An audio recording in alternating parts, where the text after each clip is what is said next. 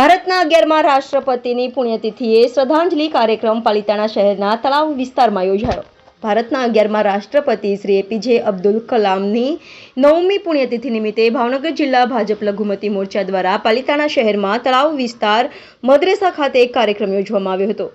આ કાર્યક્રમમાં ગુજરાત પ્રદેશ ભાજપ લઘુમતી મોરચાના મહામંત્રી નાહિનભાઈ કાજી, જિલ્લા પ્રમુખ યુનુસભાઈ મૈતર, મહામંત્રી તુર્કી હનીફભાઈ એચ, ઉસ્માનભાઈ સૈયદ, પ્રદેશ કારોબારી સભ્ય ઇબ્રાહીમભાઈ સૈયદ, મંત્રી હુસેનભાઈ નાગરિયા, રજાકભાઈ મૈતર, જિલ્લા કારોબારી પાલિતાણા શહેર પ્રમુખ ઈસુફભાઈ, મહામંત્રી ગફારભાઈ થીમ, સાદિકભાઈ શેખ તથા કારોબારી વલભીપુર શહેર પ્રમુખ, તળાજા શહેર પ્રમુખ રઝાક ખાન પઠાણ ઉપસ્થિત રહીને કાર્યક્રમની શોભા વધારી હતી. તેઓના હસ્તે મૌલાનાનું તથા આમંત્રિત મહેમાનોનું ફૂલહારથી સ્વાગત કરેલ. મૌલાના દ્વારા દુઆ કરવામાં આવેલ તથા આમંત્રિત મહેમાનો તથા મૌલાનાના હાથે બાળકોને ફ્રૂટ અને બિસ્કિટનું વિતરણ કરવામાં આવ્યું હતું.